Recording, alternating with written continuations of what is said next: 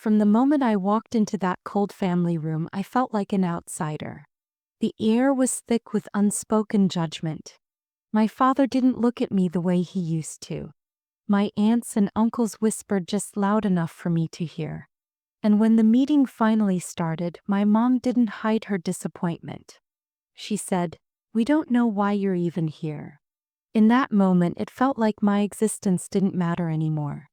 I grew up being the quiet one, the daughter who never spoke up, never argued, never fought. While my siblings chased business deals and earned respect, I chose a different path. I pursued art, passion, intuition, things that don't show up on spreadsheets or formal diplomas. To my family, that meant I was lazy, aimless, unreliable. At the meeting, they didn't just criticize my choices. They cut me off from the inheritance. They told me I had never contributed enough, that I wasn't part of the family legacy, and that I needed to prove myself before I could ever earn respect. My heart sank deeper than I ever knew was possible. I left the room with nothing but humiliation, and the heavy silence behind me felt louder than any argument. Walking home that day, each step felt heavier. I questioned every decision I had ever made. Maybe they were right. Maybe I had wasted my potential. The guilt gnawed at me more than their words ever could. I locked myself in my room for days, replaying every insult and every glance that made me feel invisible. But then one morning something changed. I woke up with a burning kind of clarity. If my family couldn't see my value, maybe the world could. I wiped the sting from my eyes, stood in front of the mirror, and made a promise. I would create something so real, so undeniable, that even they couldn't ignore it. I spent weeks rebuilding my life, far from their gaze. I poured every ounce of creativity into a project that had lived in my heart for years. I worked nights without sleep, I read books I had avoided, I connected with people who believed in me when my family didn't. For the first time, my actions matched my inner voice. At first, progress was slow. There were days when I wanted to quit, when I thought maybe they were right. But something kept pushing me forward.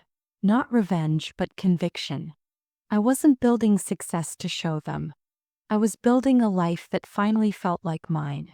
Then one morning I checked my email and froze. It was a message from a publisher. They wanted my work. Not a family member. Not someone who knew my past. A real company willing to give my creation a world platform. The book release was modest at first, limited copies and small sales.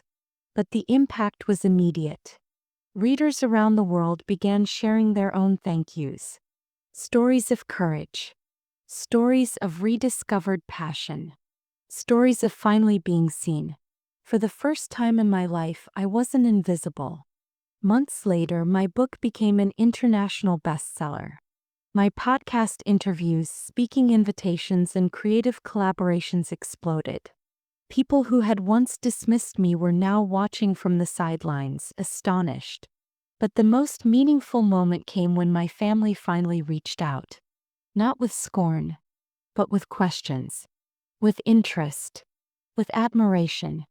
My father said, "We didn't understand you back then." My mother added, "We wish we had supported your path." It wasn't a perfect reconciliation, but it was a beginning. In that moment, I realized something vital.